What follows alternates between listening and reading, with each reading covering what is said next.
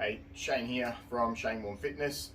Just going to run through really quickly the FRC functional range conditioning morning routine, which consists of CARs for all of the joints through the body. CARs is controlled articular rotations. So what we're doing is working through the greatest range of motion that you have through every single joint. What we'll be doing as we do this, we're going to be going through at about a 20 or 30% effort, but we are going to be going through some effort. So as I'm moving through my shoulder joint, as an example, which you'll find when we get to it, what I need to do is brace my core, create a little bit of a radiation and tension through my body, which will create a little bit of resistance and difficulty through these joints. So anyway, just going to get into it without any further ado. What we're going to do is we're going to start with the neck, the cervical spine. So I'm going to lengthen my neck. I'm going to keep everything else still. So my shoulders are depressed, my body is on, my core is braced. Lengthen my neck. I'm going to drop my chin down to my chest, and then I'm going to rotate my chin around as far as I can to my collarbone. Once I've done this, I'm now going to extend to the side, which is lateral flexion of my neck. Rotate all the way around as far as I can, getting an extension and stretch through my neck here. I've gone now as far as I can. I'm going to tilt forward so my chin comes down to my collarbone, which I'm not going to do properly because I've actually got a microphone here, but come around. That's half a rep. Go back the other way, rotate, flex backwards, rotate back around, get a good stretch. That's one rep, you'll do two. Next thing we're going to do is going to be our scapula, so our shoulder blades. So what we're going to do, you're going to lift your shoulder blades up as high as you can. Try not to rotate your arms while you're doing this, keep everything else still. You're just moving your shoulder blades. So you're going to lift your shoulders up, push them forward. You're going to pull them down while they stay forward, then come back.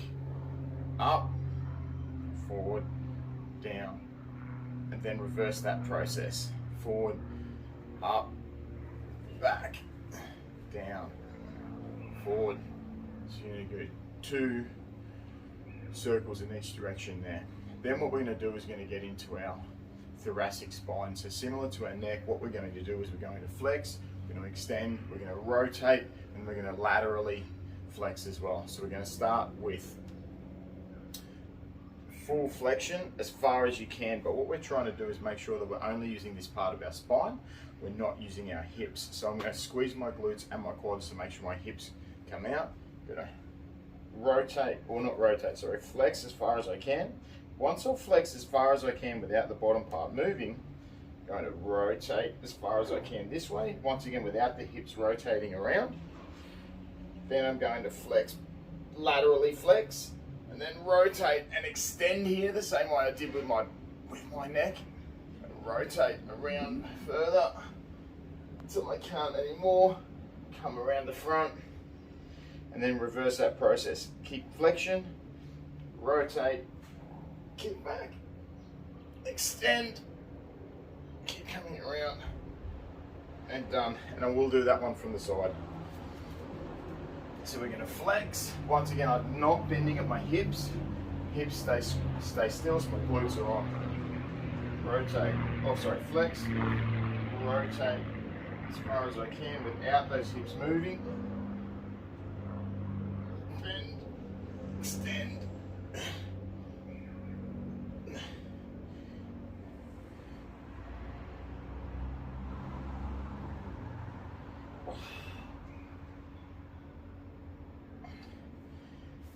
And that's the thoracic spine. So what we're going to do now is going to do the shoulder controlled articular rotations.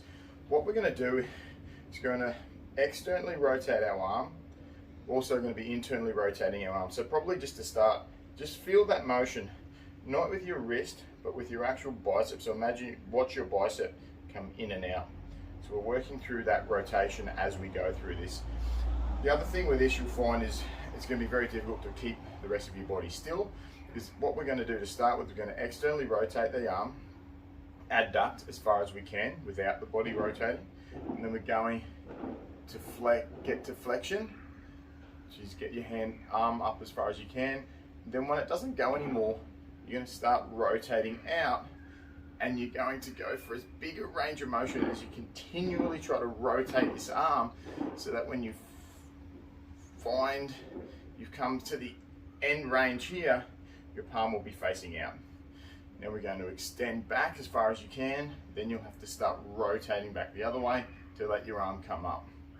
When you're new to this, what's going to happen is, as you come up to get this flexion, your body's going to do this. You're going to arch your back because your brain just thinks you want to get your arm up. So it's going to help with that flexion, getting your whole body into it. Don't let that happen. Much easier said than done. The other thing that's going to happen is, as you start coming back, you want your arm to go as far back as possible. Your whole body will be rotating. For the first while of doing this, you're not even going to know that your body's doing it. That's okay. Just get better as you go. One of the purposes of this routine is to teach you better body control, to get you more aware of what your body's doing while it's doing it. So we'll go through this again.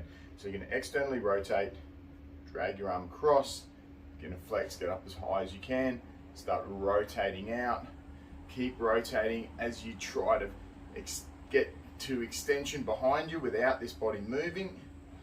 Once you get to there, bring that arm down to your side and then just reverse that process. So you're going to do 2 on each arm. Now as you can see, I'm doing this fairly slow. This is the process that you want to go, about the speed you want to go. So imagine you're pushing your joints through a thicker 20 or 30% thicker air.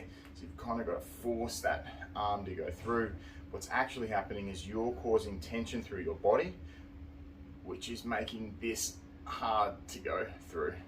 And it's all based on the amount of tension that you put through your body. I'm going to do a second one here.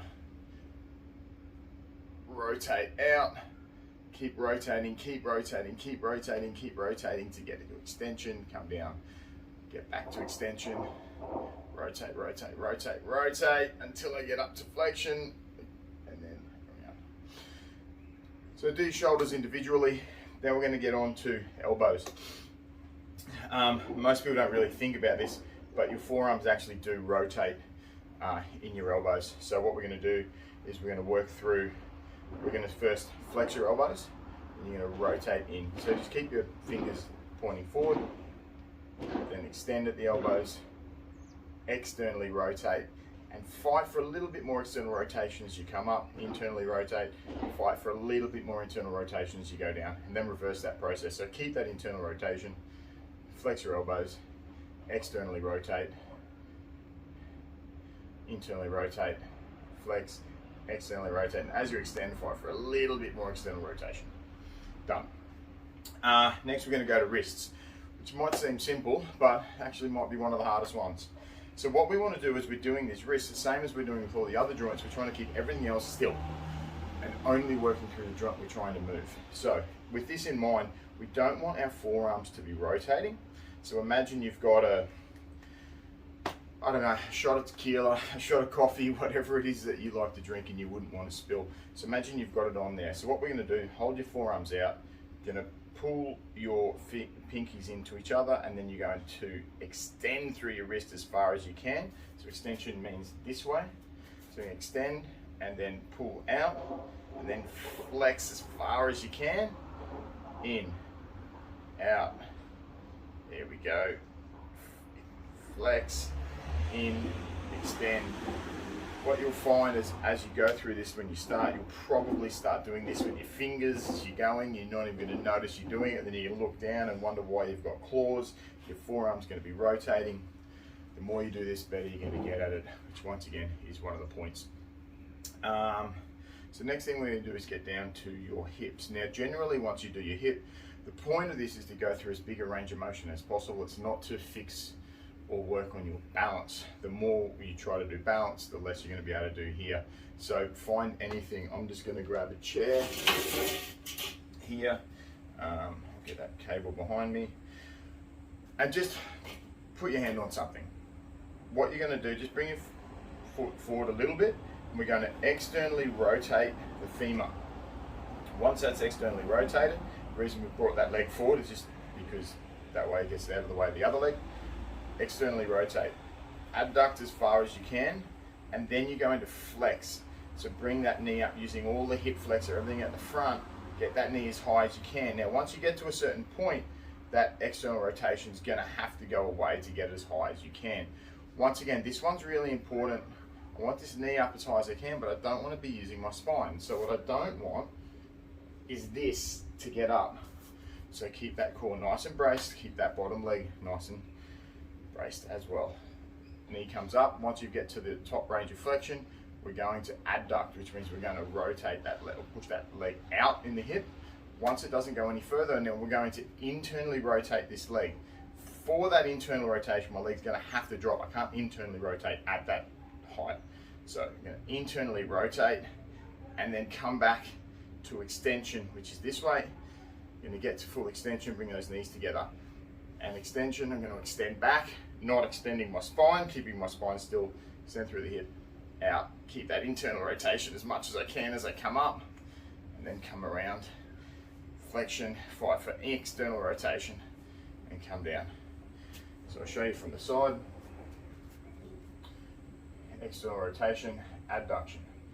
Get to flexion, get to abduction, internally rotate, come down, and as I go to extend, really important, everyone's going to have a problem not doing this.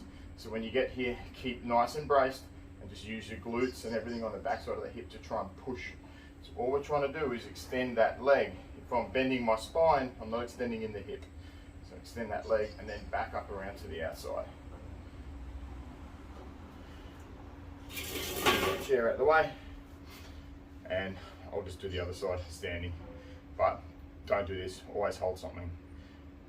So external rotation, adduction, flexion, abduction, internal rotation, down to hip extension, and then reverse hip extension, adduction with internal rotation, then coming up to flexion, around, and one more time.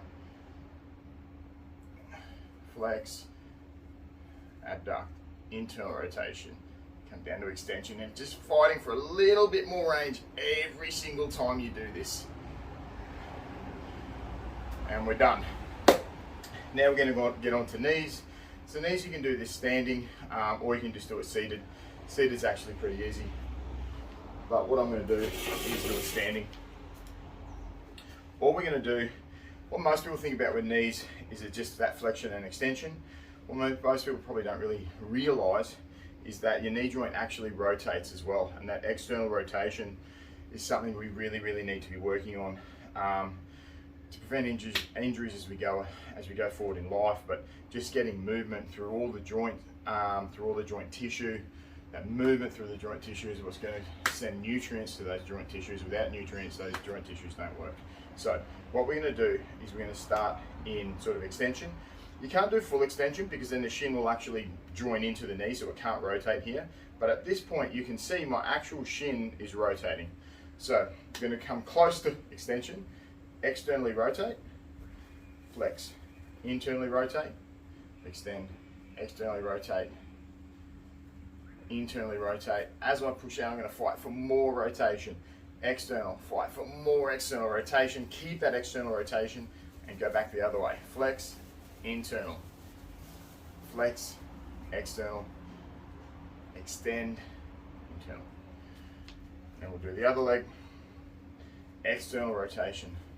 We're going to extend, internal rotation. We're going to flex, external, fight for more external as we push. Rotate in and then bring that heel closer and fight for more range every time. Now we're going to go back the other way. External, flex, internal, extend, external, flex, and fight for more range. Stay on this leg. We're going to go through the ankle. So what we want to do is obviously create more body awareness. One way to do that is go through these ranges and stop everything else moving. But we can cheat a little bit with our ankles. As I said before, the shin can't rotate in my knee if my knee is locked out. So if I just straighten my knee, now I can do this and my shin won't move. If I do this with my knee slightly bent, my whole shin's going to move, and the objective is to not let that shin move. So all you're going to do is, to start with, probably keep that knee locked out, but once you've done it a few times, do it with a bit of a bent knee. You're going to fully extend the ankle, rotate out, and you're just going to come up to all four corners, nice and controlled and slow, getting as big a range through that ankle as you can. We come back the other way. It's just a couple of circles each way, but really fight for more range. Come back to the other side. Full flexion. And then back the other way. Up, out. Just fight for more range. This is not just circling your ankle. We're really fighting for more range, going a little bit slower, trying to find every single bit of range of motion through there. So all of the tissue through the whole joint is being used. Once we're doing that, once again, we're getting a bit more control, but we're also getting all the nutrients that all those cells require to actually live. That's all done with the chair. Now what you're going to do with your toes, hopefully you can see there, is all we're going to do is going to keep all your toes on the floor and then just lift up your big toes. You're going to do that 5 times. Up, 3, 4, 5. Much more difficult than I've probably made it look. Next we're going to lift up and just tap the big toes. Don't let the other ones go on the floor. Lift up your toes and then wave them in from the pinky to the outside toes right through to the big toe. And now keep the big toes down and lift the other 4. And there's your toes. And there is your functional range conditioning morning routine. Enjoy your healthy new joints over time.